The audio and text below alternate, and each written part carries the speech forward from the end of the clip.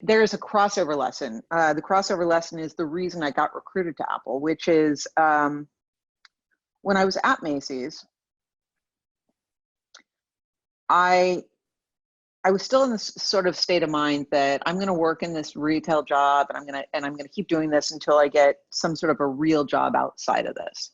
And I think the good news about that is I didn't take myself so seriously.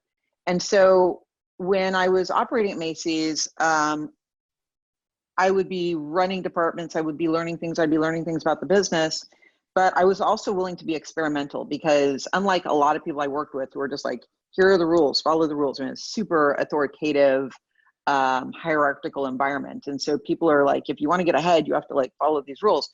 Because I was kind of like, yeah, this is just, part of the journey for me. I was willing to sort of test things. And so it's what I later learned in life would be called servant leadership. But at the time, I would be hiring people.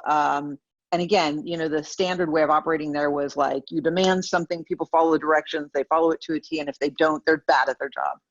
And because I wasn't like that personally, I hired people who weren't like that. And I would hire people to be part of my team that would truly be like a part of my team. And I saw a lot of success in that. So while other people were struggling with things like growing sales or having their team turn over regularly, I was seeing the success that was really happening because I wasn't sort of following the rules.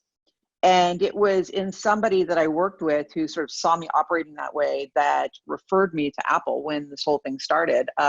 He was somebody I didn't work with that closely, but he went to work for Apple. And when they asked him for names of other people that he thought would be successful there, he gave them my name for that exact reason.